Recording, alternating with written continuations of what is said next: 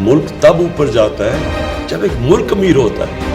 आज हम मगरब के लोगों को देख लें, मगरब के हुक्मरानों को, उनके पास देख लें कितना पैसा है, उनका रहन सहन देख लें,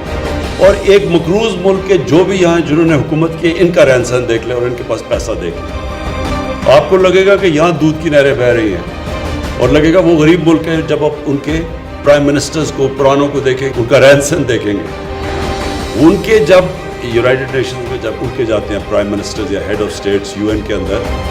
तो वो कितना पैसा खर्च करते हैं, और जो हमारे यहाँ से एक मकरूज मुल्क में जाके किस तरह वहाँ रहते थे, किस तरह पेंट हाउस और होटल के ऊपर पूरे जो सबसे महंगे होटलों में जाके रहते थे। ये है हमारा मसला, और बदकिस्मती ये है कि हम जिधर से शुरू हुआ था हमारा सिविलाइजेशन, जो हम देखते हैं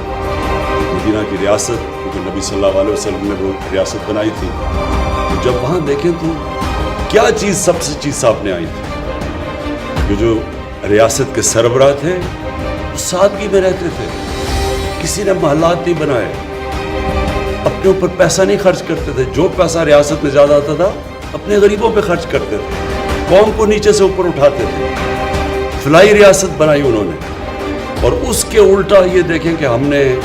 ये जो मुल्क कितना एक बड़ी ख्वाब थी पाकिस्तान, हमने बनाना था वही मिसाली इस्लामी फलाही रियासत, और हमारे पास हम किस तरफ निकल गए। और उसका नतीजा सामने है कि जब तक एक कौम वापस